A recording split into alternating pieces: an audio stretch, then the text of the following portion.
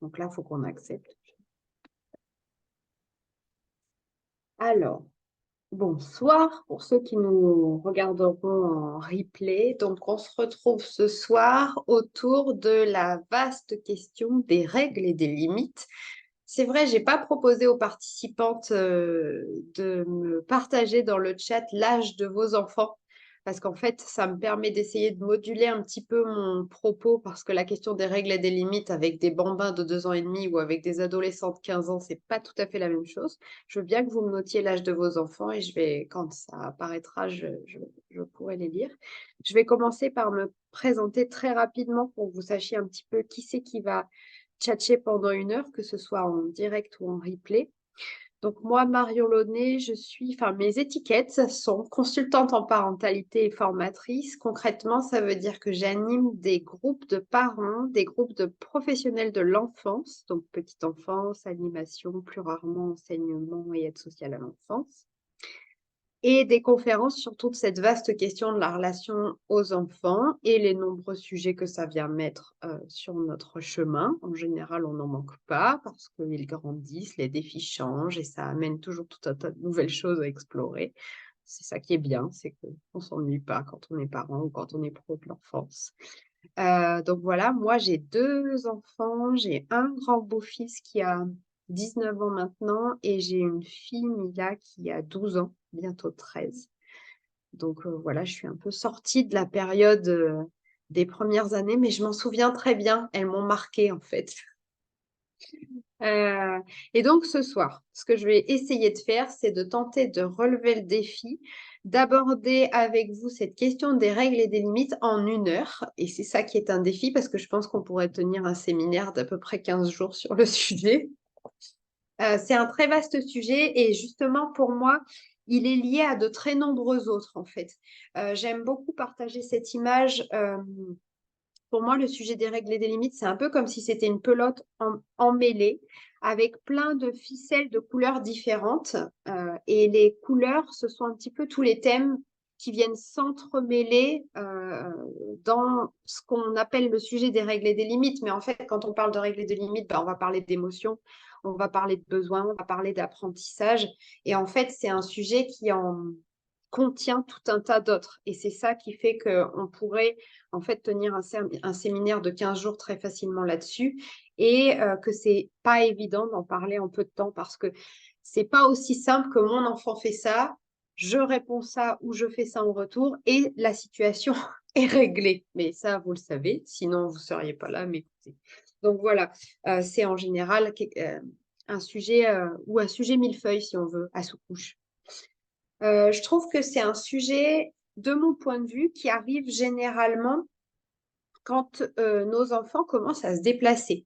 C'est-à-dire quand Enfin, c'est un sujet auquel on va se retrouver confronté quand concrètement notre premier enfant va commencer à marcher à 4 pattes. Parce que les bambins vont se mettre à explorer leur environnement, ils vont être vraiment heureux de pouvoir aller partout, toucher à tout, ils vont exprimer leur forte volonté de le faire et nous, c'est là qu'on va pas forcément toujours être d'accord avec eux. Et pour moi, c'est là que je trouve que c'est une précision que j'aime bien faire, enfin, quelque chose que j'aime bien euh, partager avant de continuer sur le sujet parce que je ne crois pas que ce soit un sujet avec un nourrisson ou un tout petit bébé. Pour moi, il n'y a pas vraiment de question de pose de limite ou de règles avec un nourrisson de 2, 3, 4, 6 mois. Vous voyez, il me semble que le sujet commence à arriver dans notre vie de parents avec le mouvement et le déplacement de nos enfants. La marche à 4 pattes, puis la marche. À partir de là, on ne va pas toujours être d'accord. Les désaccords vont commencer à émerger et on va être amené à avoir envie ou besoin de limiter ou de canaliser plus ou moins certaines actions de nos enfants. Et il y a aussi une première ficelle, entre guillemets, si je reprends mon image de la pelote emmêlée, qui me semble vraiment faire partie du sujet et à laquelle on ne pense pas forcément de prime abord et sur laquelle je ne vais pas forcément m'étendre non plus trop ce soir, mais c'est celle de l'apprentissage. Mais c'est quand même un sujet qui est assez lié à celui de l'apprentissage parce que l'enfant découvre le monde, a envie de comprendre comment il fonctionne, enfin, il découvre le monde et son fonctionnement et il va apprendre petit à petit à naviguer là-dedans. il va avoir envie de faire tout un tas d'essais, d'expérimentations et je trouve que c'est important de ne pas oublier cette facette-là de la question des règles et des limites parce que parfois, elle va nous permettre d'avoir un peu plus de clarté sur comment on pourrait s'ajuster. Je vais prendre un exemple hyper basique. Avec un bambin qui donc commence à marcher, qui a 18 mois, 2 ans, il est assez probable qu'à un moment, adapter la maison ou les pièces dans lesquelles on va laisser évoluer librement, ça va quand même être plus optimal que d'essayer sans arrêt de lui dire non, ne touche pas à ça, non, ne touche pas à ça, non, ne touche pas à ça. Moi, je sais que ma fille, on avait une imprimante qui était sous le bureau. Enfin, bon, bref, elle était à sa hauteur quand elle s'est mise à se hisser. Et les touches de l'imprimante étaient hyper intéressantes. Ça fait du bruit, ça s'allume. Euh, quand on, pour moi, la prendre en compte, le fait qu'il y a l'apprentissage qui se joue, que c'est dans le fait de se lever et qu'en plus ça donne accès à un truc sympa, ça va me permettre de peut-être sur certaines choses me dire là je vais adapter, je vais pas essayer avec ma fille de 11 mois de lui faire comprendre qu'on touche pas à ça parce que j'ai la possibilité de la bouger. Hein, je pense après, enfin, je pense à un autre papa avec qui on a exploré cette question récemment et c'était des choses qui n'étaient pas mettables en hauteur puisque c'était les boutons du lave-vaisselle ou du lave-linge.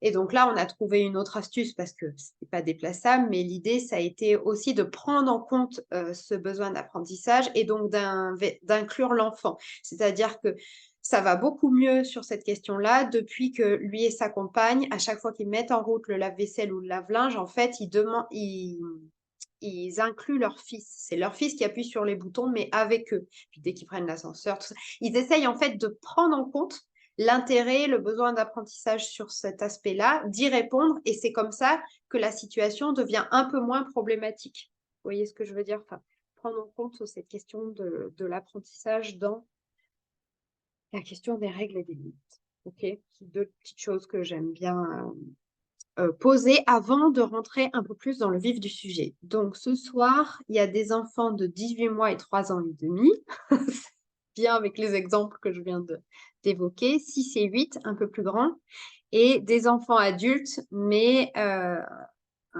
l'accueil d'un petit garçon de bientôt 2 ans. Donc, les règles et les limites. Moi, ce que j'aime bien commencer par faire, c'est essayer de redéfinir ces deux notions parce que pour moi, elles sont différentes. Et gagner en clarté dessus, ça va, il me semble, nous permettre de naviguer de manière un peu plus claire avec l'une et l'autre. Donc, les règles, pour moi, ce sont les règles, elles vont être propres à chaque communauté, en fait, à différentes échelles, à l'échelle d'un pays, à l'échelle d'une entreprise ou d'un établissement scolaire, par exemple, enfin, différentes formes de communautés, finalement, qui vont avoir à établir leurs propres règles de fonctionnement. Et il me semble que la famille, qui pourrait se définir comme un petit groupe de personnes qui vivent la plupart du temps dans un même lieu, eh ben, c'est une forme de communauté aussi. Donc, ça va être intéressant que notre famille, qui est une petite communauté en elle-même, puisse être au clair, établir ses propres règles de fonctionnement. Les limites, elles, pour moi, elles ne sont pas propres à une communauté comme les règles, elles sont propres à chaque personne. Et en fait, l'enjeu de la question des limites, justement, c'est de naviguer avec celles de chacun, puisque chaque individu va avoir les siennes, en fait. Et l'idée, ce serait, pour moi, ce sont vraiment des objectifs à très long terme avec nos enfants, c'est de leur apprendre à naviguer avec les besoins et les limites de chacun. Mais c'est un petit peu comme si, au sein de la vie familiale, du quotidien familial, les limites de chacun pouvaient servir de gouvernail dans l'objectif que chacun des membres de la famille puisse mener une vie la plus agréable qui soit, en fait, au sein de cette communauté familiale. Donc, les règles, pour moi, elles vont être par définition non négociables. C'est là que va être la grande différence. Il va y avoir un côté non négociable et un côté négociable. Les règles, pour moi, elles sont non négociables. Elles vont avoir valeur comme de loi familiale, entre guillemets, c'est-à-dire qu'elles vont être valables, enfin, elles sont valables pour tous et par tous les temps. Ça veut dire que dans les règles qu'on va établir au sein de notre famille, il faut qu'on pense, nous, à s'inclure dedans, les adultes. Je vais vous donner un petit partage il me semble hyper parlant qui, moi, m'est arrivé quand j'ai commencé il y a une dizaine d'années à vouloir clarifier les règles, enfin, quelles pouvaient être les règles de notre famille. J'avais bien envie de mettre, donc à l'époque plutôt pour mon beau-fils que pour Mila, qu'il fallait que la chambre soit rangée. En même temps, bon, nous, notre chambre d'adulte, c'est assez simple, hein, il n'y a qu'un lit, c'est pas dur à ranger. Mais si je regarde, moi, mon bureau est loin d'être tout le temps rangé, hein, c'est même assez souvent le bazar. Donc, est-ce que c'est pas ça va manquer de cohérence si j'exige, si j'ai tendance à exiger auprès de mon enfant que sa chambre soit rangée, alors que moi, mon bureau est à peu près les 3/4 du temps, bon, on va être sympa, c'est plutôt la moitié du temps en bazar. Donc ça, pour moi, c'est quelque chose d'important, c'est que les règles de notre famille, elles vont être valables pour tous, par tous les temps. Donc, il faut que nous, on pense à s'inclure en tant qu'adultes. Et puis, il faut aussi qu'on pense que les règles, elles vont être valables que notre enfant ait 3 ans ou qu'il en ait 15. Si c'est un petit peu des lois, ce sont des règles de vie de la famille et elles ne vont pas bouger, en fait. On va se rendre compte, du coup, en commençant à réfléchir un petit peu à cette question de quelles pourraient être les règles de nos familles, et je vais vous proposer après d'amorcer un petit peu, de prendre un petit temps pour amorcer cette réflexion, qu'elles vont finalement, il est assez probable qu'elles soient peu nombreuses, les règles. Parce que pour que ce soit valable pour tous et par tous les temps, on va se rendre compte qu'il n'y en a pas tant que ça, en fait. Il va aussi y avoir besoin qu'elles soient claires. Parce que il faut être vigilant à ce dans la formulation de nos règles, ce serait bien qu'on soit vigilant au fait qu'elles soient assez précises pour être appréhendables par l'enfant. Je vais prendre un exemple. Souvent, on a envie de mettre le mot respect dans nos règles. On se respecte les uns les autres. Mais la notion de respect, c'est un concept abstrait et elle est assez longue à se construire en fait pour l'enfant. Un enfant de 3, 4, 5, 6 ans, c'est vachement flou le concept de respect encore. Il va avoir besoin que ce soit plus clair et plus précis, qu'on détaille. Sinon, à chaque fois qu'on va lui rappeler la règle, il la comprend sans la comprendre en fait. Donc, attention aux mots qu'on va utiliser parce qu'il y a des choses à nous qui nous semblent évidentes, mais quand j'essaye de la transmettre à un enfant de 5 ou 6 ans, bah pour lui, c'est pas forcément ce que je suis en train de dénoncer, c'est pas forcément une évidence et c'est pas forcément clair comme de l'eau de roche, j'ai envie de dire. Les limites, elles, donc ça, c'est les règles. Les limites, elles sont négociables. Elles bougent, en fait. C'est-à-dire qu'elles vont, dans ma perception des choses, dépendre de chacun et dépendre de nombreux facteurs contextuels, du style l'âge de l'enfant. Forcément, les limites ne vont pas être les mêmes si mon enfant a 3 ans ou s'il en a 13. Le lieu où on se trouve ou l'environnement, est-ce qu'on est à la maison? Pardon, ou est-ce qu'on est chez les grands-parents? Ou est-ce qu'on est dans un lieu public? Ça va aussi faire bouger les limites. L'emploi du temps, est-ce qu'on est en période métro, boulot, dodo, j'ai envie de dire, école pour les enfants, boulot pour les parents, ou est-ce qu'on est en période de vacances? Ça fait bouger les limites aussi. On ne se couche pas forcément à la même heure, on ne mange pas aux mêmes heures. Les limites sont différentes en période d'école ou en période de vacances. Il peut y avoir aussi des fluctuations, enfin, l'emploi du temps, quoi. Donc, dans quelle période de vie on est. Et puis, ce qui va aussi faire bouger les limites, c'est l'état de chacun des membres de la famille et les humeurs. Est-ce que maman traverse une période challengeante au boulot en ce moment? Ça va faire bouger les limites, c'est sûr. Est-ce que on est en train de traverser une période, je ne sais pas, il y a peut-être dans la famille une difficulté X ou Y, où il y a un grand-parent qui est malade, et puis ou un enfant de la fratrie, et ça va faire bouger les limites. Enfin, vous voyez, tout un peu ces facteurs contextuels, ils vont venir faire bouger les limites qui ne vont pas toujours être les mêmes. Elles vont être fluctuantes en fonction du contexte et aussi en fonction des besoins de chacun.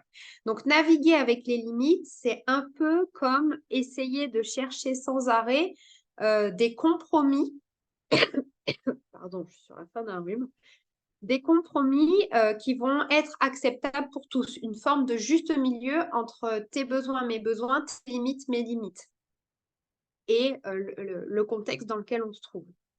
Donc ça va être un petit peu... parce que le respect des limites, il est corrélé au respect des personnes, en fait. Je ne pose pas une limite par plaisir de poser une limite. Normalement, il se passe quelque chose en termes de besoin ou de limite d'une autre personne qui m'amène, ou de plusieurs autres personnes, qui m'amènent à avoir besoin de poser cette limite. Je ne sais pas si vous me suivez. Si vous avez un peu de mal, vous me posez une question dans le chat et je reprécise.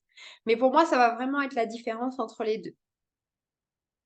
Et du coup, ce que j'aime bien proposer, je vous le propose un petit peu peut-être en toile de fond, là, si ça vous vient, n'hésitez pas à les partager, de vous de réfléchir à quelles pourraient être les règles de vos familles à vous. Parce que les clarifier, ça permet de les énoncer vachement plus clairement, de pas trop s'embrober avec un jour un truc qui est énoncé comme une règle et pas forcément le lendemain. Ça peut aussi permettre de les écrire. Si nos enfants sont grands, on peut avoir cette réflexion avec eux, en fait. Enfin, s'ils sont grands. Je ne sais pas à partir de quel âge ça pourrait être chouette, peut-être 7-8 ans, ça va dépendre des enfants, mais ça pourrait être une réflexion collective, en fait, familiale selon l'âge des enfants. À votre avis, qu'est-ce qui n'est pas OK tout le temps? Et ça peut être vachement intéressant d'en parler avec les enfants parce que si on est tombé dessus avec eux, ce sera peut-être plus facile pour eux de les respecter, de les comprendre et donc de les respecter. Et puis les noter, ça va aussi permettre, quand on rappelle une règle, selon les profils d'enfants aussi, que ce soit pas nous qui la posions forcément, mais que ce soit quelque chose simplement qu'on rappelle, qui est noté, qui est posé là. Et donc, c'est pas juste nous qui le posons en tant que parents. Et parfois, ça peut fluidifier un petit peu un rappel de règles qu'on a besoin de faire. Et puis surtout, ça permet à nos enfants de nous rappeler les règles quand nous aussi, on les respecte pas. Et ça, ben, ça les aide beaucoup dans la cohérence finalement pour que eux aussi ils avancent dans le fait de les respecter, de sentir que c'est cohérent en fait, que tout le monde est dans le même bateau. Ça amène de la cohérence et je crois que la cohérence, ça permet que ça ait plus de sens. Et donc, c'est pas magique non plus, hein, mais c'est une petite chose qui aide à intégrer les règles. D'ailleurs, ce que j'aime beaucoup partager, c'est que je crois que nous, il nous arrive de les enfreindre. Enfin, si je vous partage par exemple, nous, nos 2 seules règles familiales, qui sont, hop, on se respecte les uns les autres. Ce que j'avais mis en mots quand Mila était plus petite, par on ne fait pas de mal aux autres êtres vivants. J'avais fini par remplacer le mot personne par être vivant parce que nos chats avaient besoin d'être inclus dans la règle. C'est un truc que j'ai compris après coup. Et la deuxième, c'était on ne détériore pas volontairement du matériel. Et donc, pareil, j'avais des biens matériels, j'avais modulé ça en disant on ne casse pas exprès des choses pour que ce soit plus compréhensible quand elle était plus jeune. Je crois que quand il nous arrive en tant qu'adultes de transgresser une des règles de la famille, c'est important qu'on mette des mots dessus. Moi, ça m'est arrivé de transgresser ces 2 règles, surtout parce que je ne suis pas arrivée à ce chemin et à cette casquette professionnelle pour rien. Moi, quand je suis devenue maman, je suis rentrée dans des très grosses colères et donc il m'est arrivé d'être violente physiquement avec mon enfant, de l'empoigner fort, voire même de lui mettre une fessée. Et je pense que c'est important de mettre des mots justement pour que l'enfant sente qu'il n'y a pas que lui qui a à respecter ses règles, qu'on est tous en fait logés entre guillemets à la même enseigne. Ça permet, comme je disais tout à l'heure, d'appuyer sur ce besoin de sens qu'il y a aussi. Ça me semble important. Ensuite, pour moi, donc les règles finalement, une fois qu'on est à peu près au clair dessus, elles vont être, il me semble, la plupart du temps peu nombreuses. On va essayer de faire attention qu'elles soient claires et ça va être assez simple entre guillemets, puisque à chaque fois que l'enfant transgressera une règle ou la réponse sera toujours la même, c'est non, ou alors je vais stopper le comportement de l'enfant. Si j'ai un enfant croqueur, par exemple, quand il a 2-3 ans, les enfants qui ont tendance à mordre, ce sera toujours non. C'est jamais OK de mordre un copain, en fait. Si j'ai un enfant qui a aussi tendance à rentrer un peu dedans, moi, je me souviens que quand il était plus petit, des fois, il avait tendance à foncer un petit peu quand ça devenait trop difficile. Ça, c'est jamais OK, en fait. Pour moi, le gros de nos difficultés à nous de parents, c'est les limites. C'est plutôt là que en général, que c'est délicat. Et les limites, Pour moi, elles ont un lien extrêmement fort avec la question des besoins. En fait, limites et besoins, ce sont comme les deux faces d'une même pièce, en fait. C'est quelque chose qui est... ces deux sujets sont en lien en permanence. Et pour moi, un enjeu important de la question des limites, c'est de parvenir à sentir et à mettre des mots sur nos besoins et donc nos limites, et d'accompagner nos enfants dans ce processus. Parce que la pose de limites, elle pourrait presque être envisagée comme un processus constant de recherche des besoins. En tout cas, c'est une piste souvent très intéressante et très porteuse. Pourquoi? Parce que quand nous, en tant qu'êtres humains, quand on a un de nos besoins qui sont non comblés, eh ben, on va se mettre à fonctionner de plus en plus mal.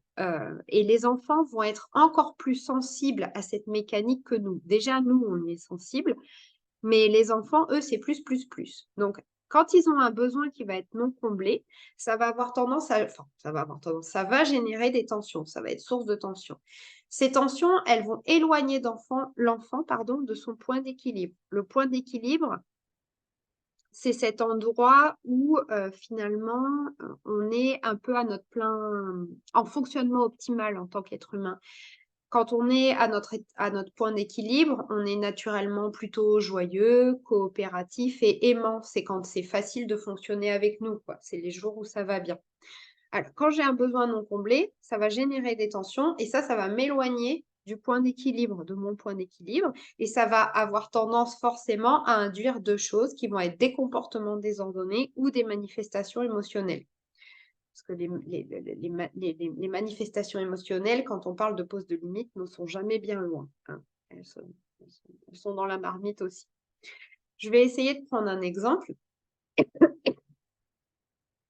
Je pense à une maman avec qui on avait notamment travaillé un moment délicat, en fait, qui lui donnait du fil à retordre. Elle ne savait pas comment faire quand elle allait chercher ses filles à l'école le midi, parce qu'elle les prenait à l'école le midi.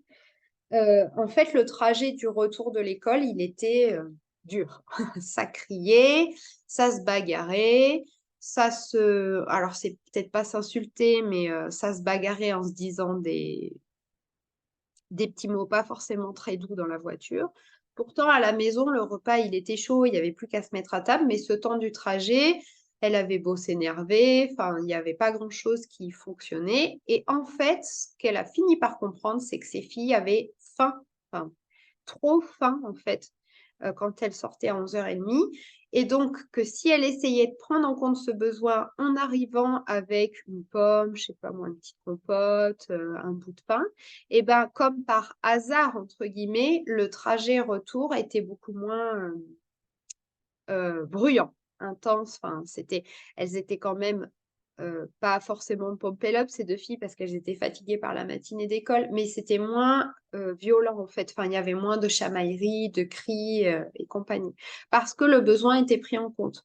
Donc là finalement, c'est un exemple un petit peu typique où on a, enfin, avant presque, enfin, cette maman, elle avait essayé de serrer la vis, comme on a tendance à dire, et ça ne marchait pas. Et finalement, ce qui a fonctionné, entre guillemets, c'est de se poser la question, mais qu'est-ce qui se passe? Qu'est-ce qui se passe pour mes filles à ce moment-là? Et notamment, est-ce qu'il n'y aurait pas un besoin en jeu à ce moment-là? Et finalement, le moyen de fluidifier un petit peu la situation, c'était plus de prendre en compte ce besoin que d'essayer de stopper le comportement euh, les comportements dérangeants en essayant de les interdire, par exemple. Parce que ça, c'était pas bien efficace. Donc, le problème, entre guillemets, c'est que selon leurs âges, nos enfants n'ont pas forcément conscience de leurs besoins. Enfin, ou alors c'est une conscience qui n'est pas forcément. Enfin, ces filles, elles sortaient pas de l'école en lui disant, bon maman, écoute, on est super tendu, on vient de se faire 3 heures d'école, c'était pas forcément évident la vie en collectivité, tout ça, on a super faim, on est tendu, est-ce que tu pourrais nous donner à manger pour qu'on arrive à rentrer dans le plus de calme? C'est pas comme ça en fait que ça s'exprime. Nos enfants, ils vont pas nous dire clairement comme ça. bah, il y a ce besoin-là qui est en jeu. Déjà que pour nous, c'est pas toujours simple. Je sais pas si ça vous arrive, mais moi, il y a des jours où j'ai tendance à poser des limites à tout va, vous savez, à dégainer de la limite toutes les 5 minutes. Fais pas ci, fais pas ça. Et puis, va ranger ci, va ranger ça. Et ces jours-là, c'est déjà pas évident pour moi de me poser et de me dire, bon, attends, Marion, qu'est-ce qui se passe là? Qu'est-ce qui t'arrive? Est-ce que tu aurais pas, de quoi tu aurais besoin là? Pourquoi tu embêtes, tu harcèles tout ton petit monde? C'est déjà pas évident pour moi de mettre toujours le doigt sur qu'est-ce qui se passe en termes de besoins. Donc pour nos enfants, ça l'est d'autant moins et ils vont pas arriver en nous donnant. C'est comme s'il fallait qu'on mène un petit peu l'enquête. Mon enfant a un comportement désordonné, qu'est-ce qui se passe en fait? Et est-ce qu'il n'y aurait pas un besoin non comblé? Si oui, lequel? Et nous, là, il faut qu'on mette un peu notre, notre casquette de parents-chercheurs et qu'on essaye de voir qu'est-ce qui pourrait bien se passer pour notre enfant. Parce que je ne crois pas que nos enfants, notamment par exemple si je reste sur ces 2 petites filles, se disent: «Tiens, on va sortir de l'école et on va par plaisir, on va se chamailler dans la voiture». Donc la base du travail de pose de limites, il me semble que c'est quand même, avant toute chose, d'observer et d'essayer de comprendre l'origine des comportements qu'on cherche à limiter ou à stopper. Ça ne veut pas dire qu'on ne va pas les limiter ou les stopper, mais pourquoi mon enfant a ce comportement-là? Qu'est-ce qui se passe?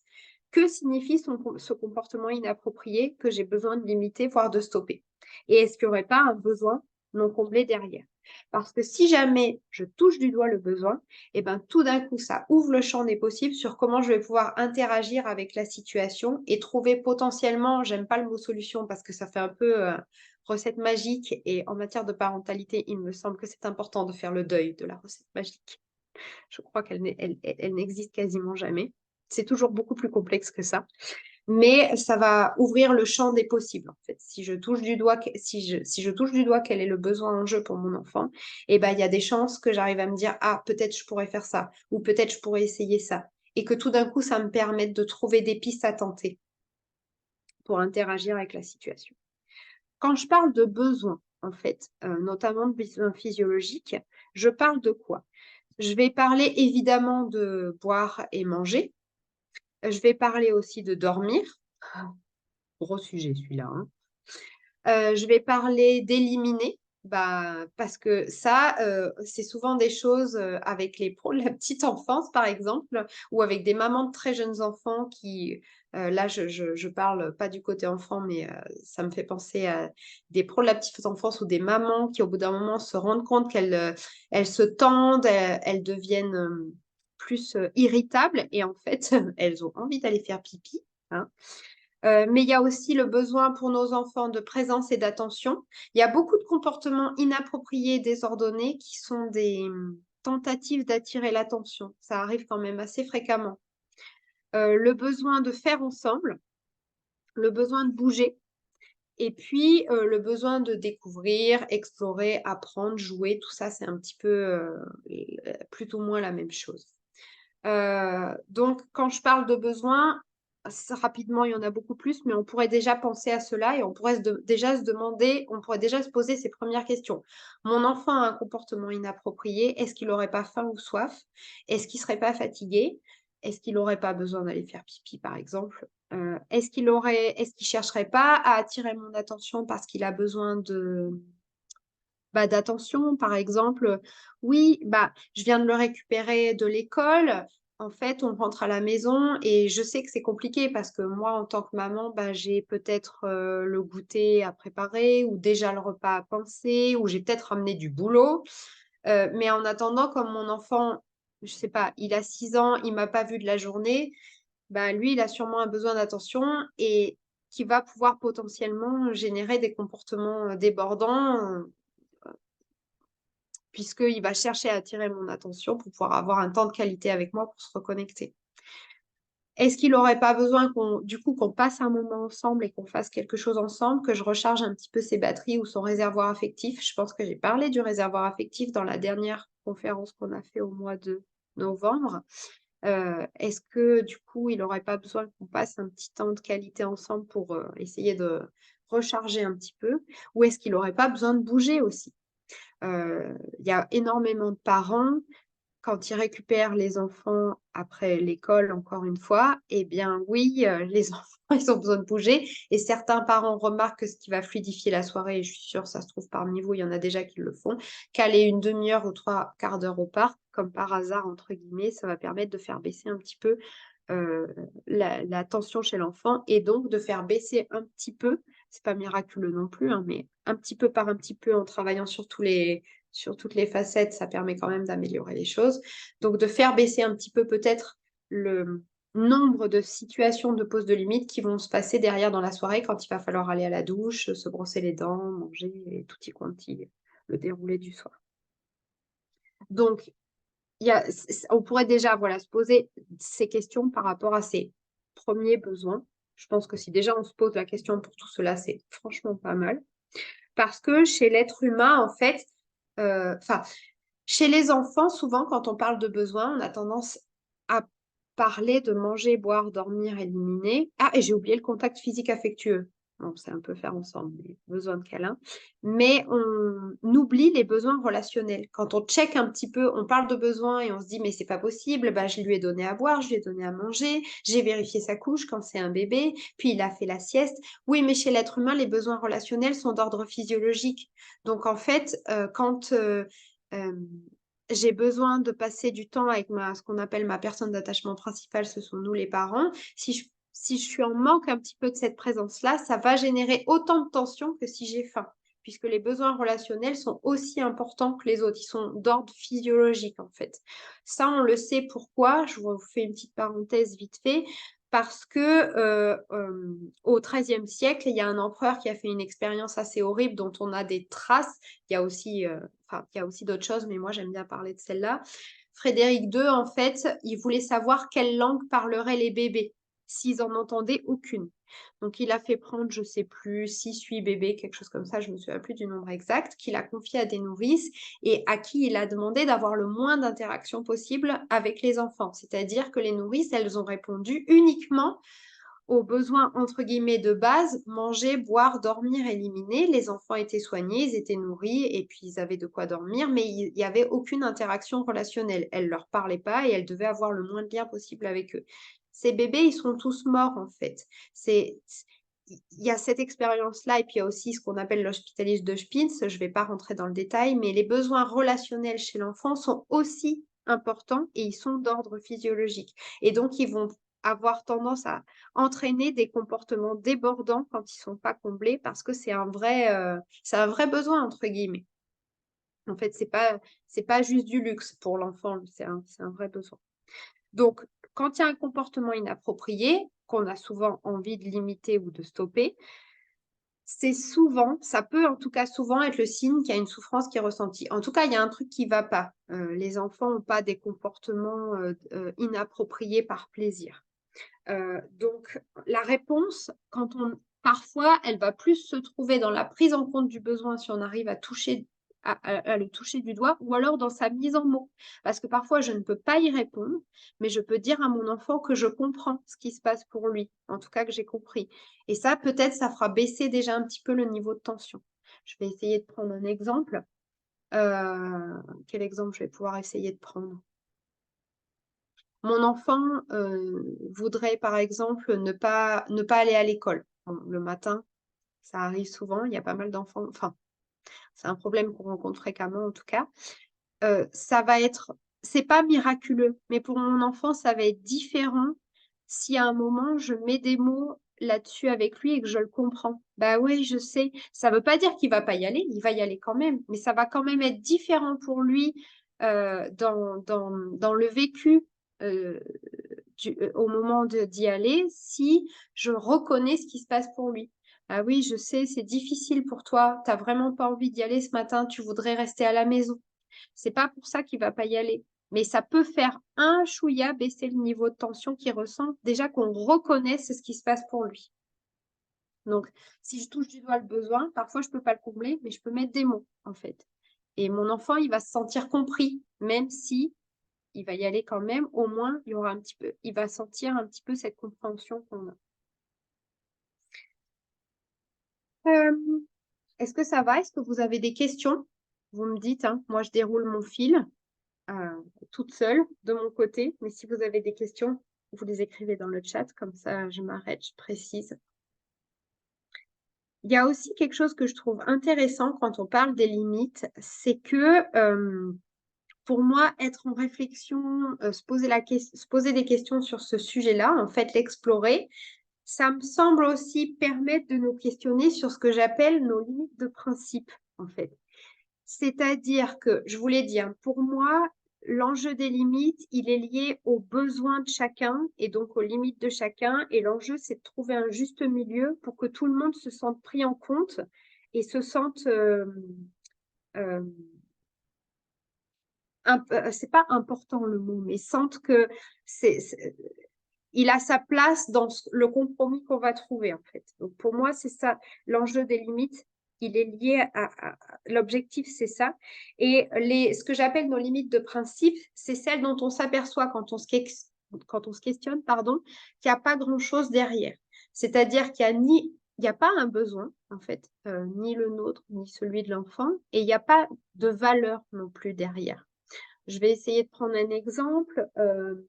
Parfois, moi, ma fille, elle me demandait de faire ce qu'on appelle, enfin, ce que moi, j'avais appelé finalement le lit japonais, c'est-à-dire que quand elle était pas bien, malade, ou qu'elle avait peur, ou qu'il y avait du stress, c'était le fait de dérouler un tapis de yoga dans notre chambre avec un duvet et de dormir à côté de notre lit à nous, les parents. Ça, il y a des fois où je lui disais, ben non, en fait, et quand je me mettais à réfléchir un petit peu, je ne savais pas pourquoi je lui disais non, parce que concrètement, ça ne me dérangeait pas. Parfois, son père n'était même pas là, il était en déplacement professionnel. Le lit japonais, c'est pas bien dur à mettre en place, c'est pas bien dur à ranger, et elle était capable de le faire. Et donc, je disais non, mais quand je me posais la question, je ne savais pas trop pourquoi je disais non, finalement. Je trouve que c'est intéressant dans les limites qu'on a parfois envie de poser, de se questionner et de, comment on dirait, dépister nos limites de principe. Parce que il y a aussi quelque chose, c'est que moi j'aime bien parler de choisir ses chevaux de bataille. Enfin, c'est comme ça que j'appelle ça. C'est-à-dire que le quotidien d'un enfant, ça peut pas être un enchaînement de limites. Et parfois, quand on n'y est pas attentif, entre les contraintes du matin, les contraintes du soir et les contraintes de la collectivité dans la journée, il peut y avoir quand même un sacré enchaînement de limites au fil du déroulement de la journée pour l'enfant. Et c'est pas, en fait, c'est pas possible pour l'enfant, c'est possible pour aucun être humain, en fait, de passer sa journée à passer d'une limite à une autre, en fait, vous voyez, d'une limitation à une autre. Donc, je pense aussi que quand on parle de règles et de limites, c'est vraiment important de se poser la question de à quel point elles sont là finalement. Dans la soirée, est-ce que une fois que j'ai récupéré mon enfant et qu'on est peut-être rentré du parc, parce qu'en général le parc ça se passe plutôt pas trop mal, est-ce que les 2 heures ensuite qu'on va passer ensemble ou les 3 heures, je ne sais pas, est-ce que c'est un enchaînement perpétuel de limites? Parce que ça, il y a peu de chances que ça fonctionne, en fait. L'enfant va d'autant plus avoir de chances de parvenir à respecter des limites si elles ne s'enchaînent pas comme ça les unes après les autres. Parce qu'il y a un moment, il va forcément rentrer en résistance. Lui, ça ne va pas lui convenir de passer d'une limite à une autre. Donc, je trouve ça aussi important de choisir, de sentir ce qui est vraiment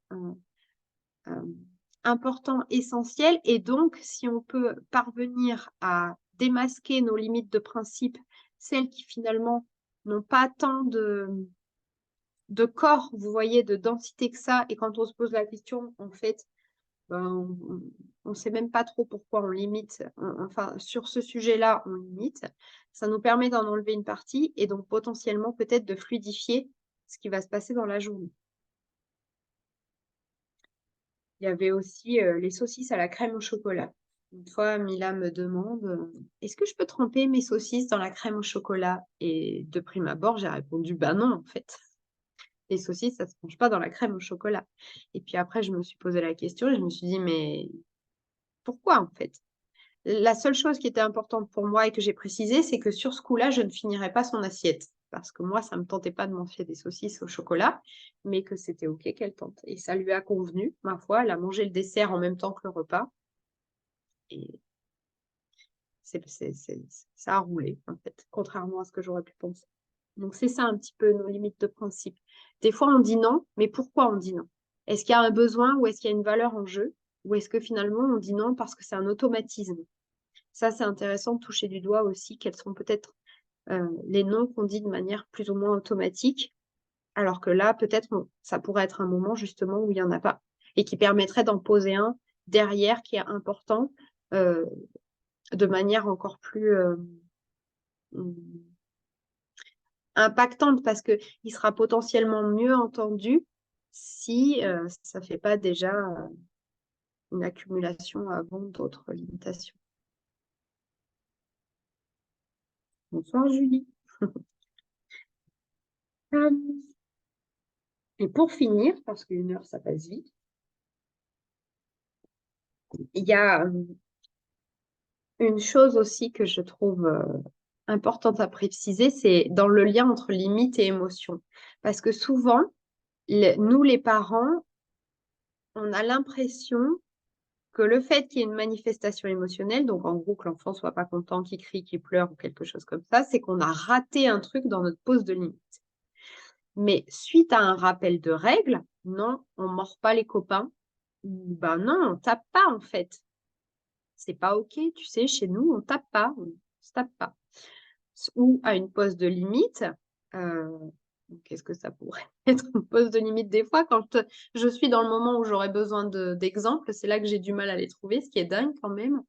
Une pose de limite, ce serait bon, je sais pas, ça me vient pas d'habitude, les participants m'aident à trouver. Donc suite au rappel d'une règle en tout cas, à une limite qui est posée, se brosser les dents par exemple. Si, tu vas te brosser les dents.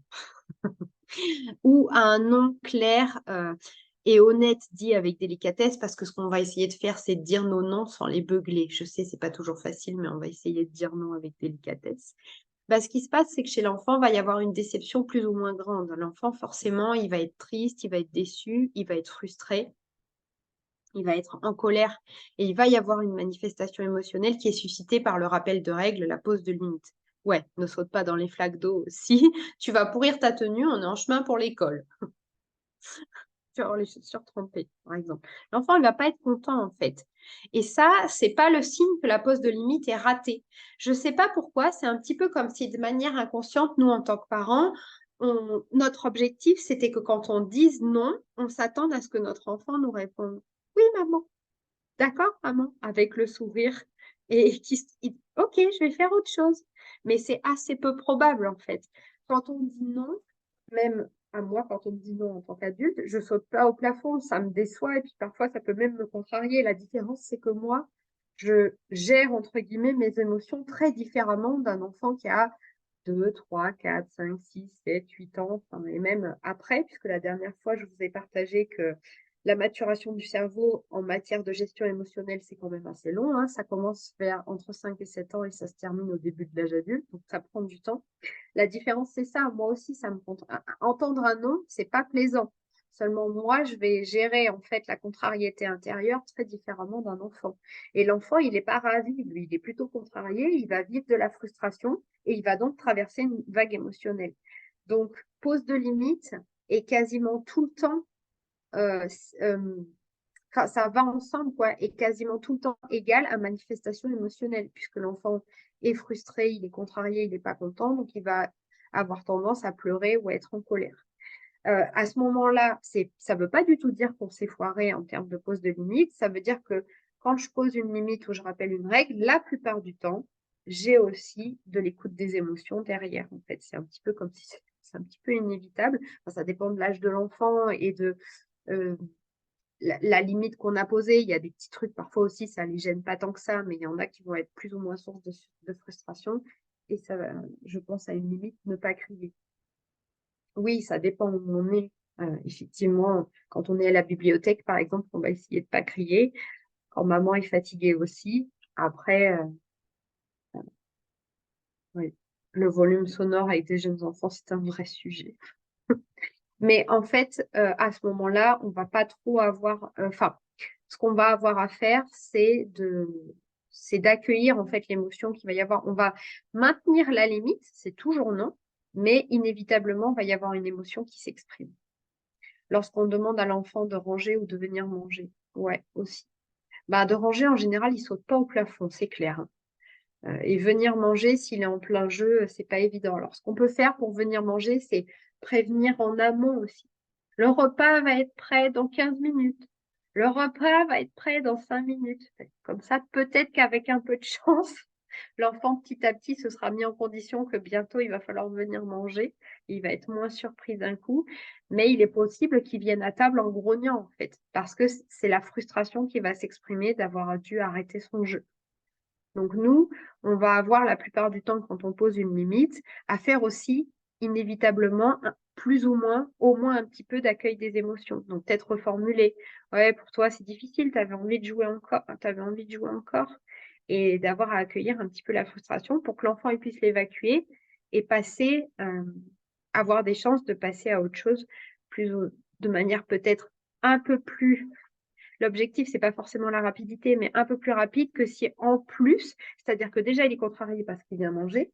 Et puis si je lui dis, oh, avec toi, c'est toujours pareil, tu mets toujours des plombs à manger, ben, au lieu de détendre un petit peu l'atmosphère, je rajoute une couche de tension en fait, et ça risque de pas nous aider, ni lui ni moi.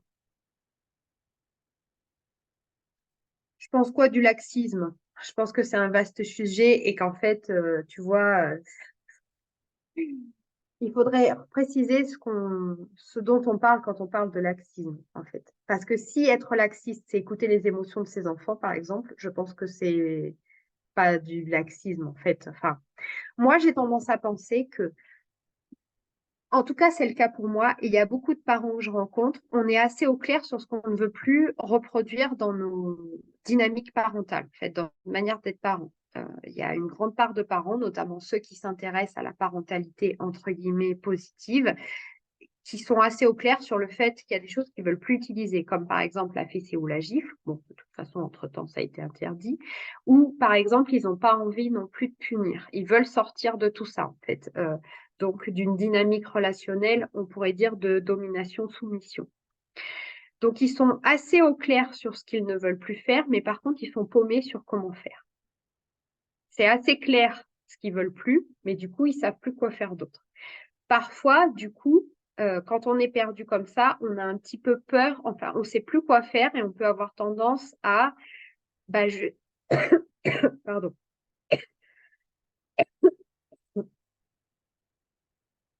justement, sans mêler les pinceaux sur toutes ces questions de pose de limite. Mais ne plus vouloir utiliser de violence éducative ordinaire, ça ne veut pas dire ne plus poser de limites. Par contre, c'est sûr que poser des limites sans violence éducative ordinaire, parfois ça prend plus de temps parce qu'en fait, ce qu'on ne va pas utiliser, c'est le levier de la peur. Et donc, ça va potentiellement être plus. Enfin, il va y avoir cette, cette part des émotions de l'enfant dans la pose de limite, en fait. Et ça va nous prendre du temps de poser une limite en écoutant les émotions de l'enfant. Je ne sais pas si je réponds exactement à l'endroit de ta question, parce que c'est quand même assez vaste, cette question du laxisme. Mais et après, je pense que, tu vois, le laxisme, ça peut être perçu de plein de manières différentes. Parfois, j'enlève certaines limites de principe. Enfin, une fois, par exemple, je vais au parc parce que tu parlais des flaques d'eau. Je me souviens très bien qu'il y a plusieurs années, il avait plu. Avec Mila, nous sommes allés au parc. Et pour moi, ce n'était pas du tout un problème qu'elle saute dans les flaques et qu'elle soit trempée parce que de toute façon, après, on allait rentrer.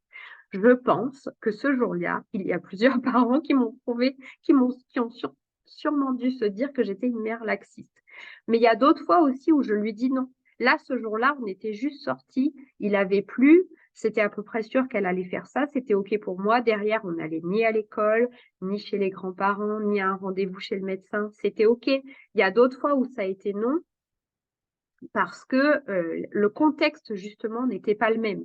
Mais est-ce que donner parfois de la liberté à nos enfants et surtout leur donner la liberté de ne pas être sages comme des images, c'est être un parent laxiste? Bon, bien moi, je ne suis pas d'accord avec ça. Je pense que c'est vachement beau d'offrir de la liberté aussi à nos enfants à un certain moment. Après, j'entends souvent parler de parents trop laxistes aujourd'hui qui laissent tout faire.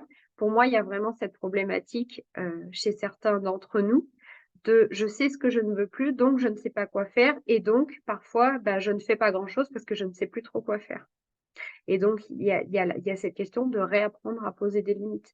Et il y a aussi quelque chose, c'est que c'est se débarrasser un petit peu aussi du truc, si je pose une limite, comme je disais, mon enfant va pas être content, donc il va avoir une manifestation émotionnelle. Et il faut se débarrasser du fait que si mon enfant pleure, je suis un mauvais parent. Tu vois? Il y a aussi ça. Parfois, on a peur de poser une limite parce que ça va faire pleurer notre enfant ou il va être en colère et donc, heu, on a tellement l'impression que ce sont des émotions c'est dans ce truc d'émotions positives et négatives, en fait. On a tellement l'impression qu'il faudrait pas que notre enfant vive d'émotions «négatives» entre guillemets, parce que moi je n'aime pas parler de positives ou négatives. Je parle d'émotions agréables ou désagréables. C'est impossible d'être dans la joie tout le temps. Mais pour tout le monde, enfin, adulte comme enfant, la colère et la tristesse sont inévitables. C'est pareil, c'est un deuil à faire ça. Et en tant que parent, il y a sûrement aussi le deuil à faire, du fait de pouvoir éviter à nos enfants toutes les sources de frustration et toutes les sources de tristesse et de colère. Donc quand je pose une limite à mon enfant, bien sûr, il va y avoir de l'émotion, en fait, et je suis pas un mauvais parent. Ce qui là où je peux justement vraiment accompagner mon enfant de manière hyper précieuse, c'est si j'accompagne ça. Parce qu'en fait, ce que je fais, c'est que je lui apprends, je l'accompagne dans l'apprentissage de la traversée de la frustration. Et la vie, c'est frustrant par définition. C'est pas la peine d'en rajouter. C'est en fait, la vie, elle va se charger d'elle-même de mettre sur le chemin de nos enfants, mais comme sur le nôtre, des sources de frustration.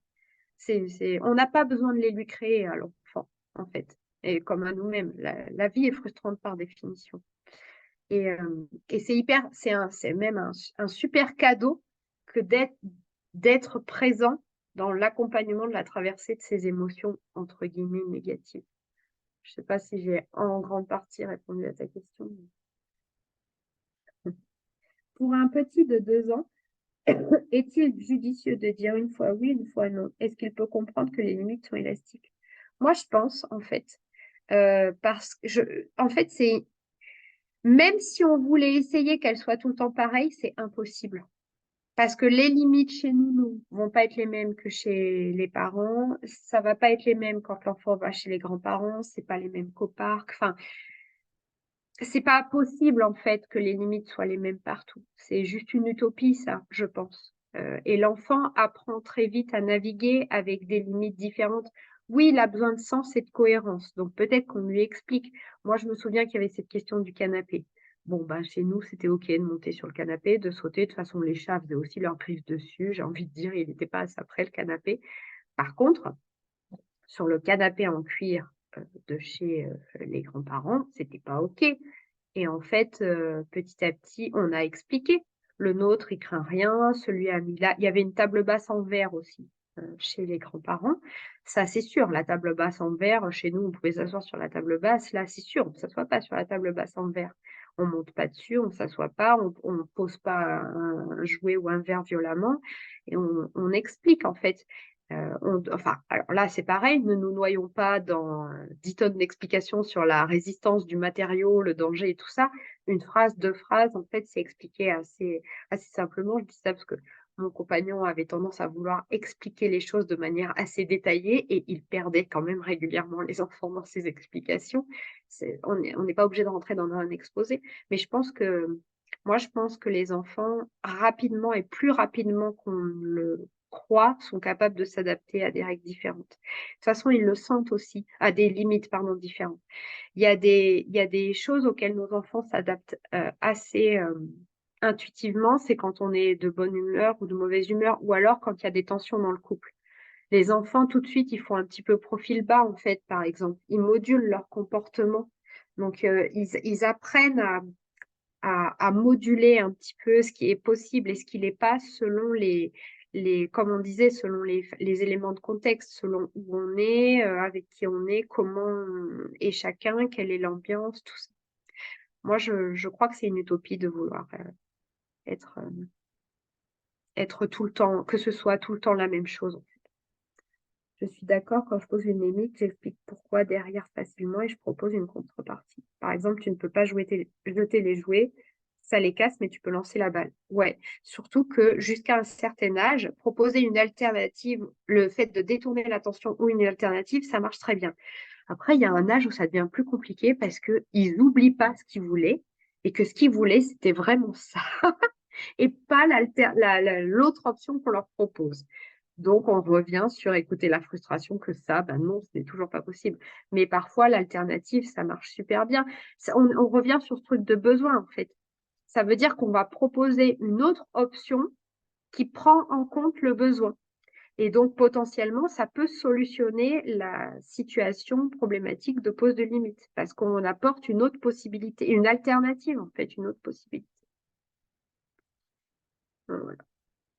Mais de rien. Bon, l'heure est déjà passée. Pourquoi j'avais envie de conclure?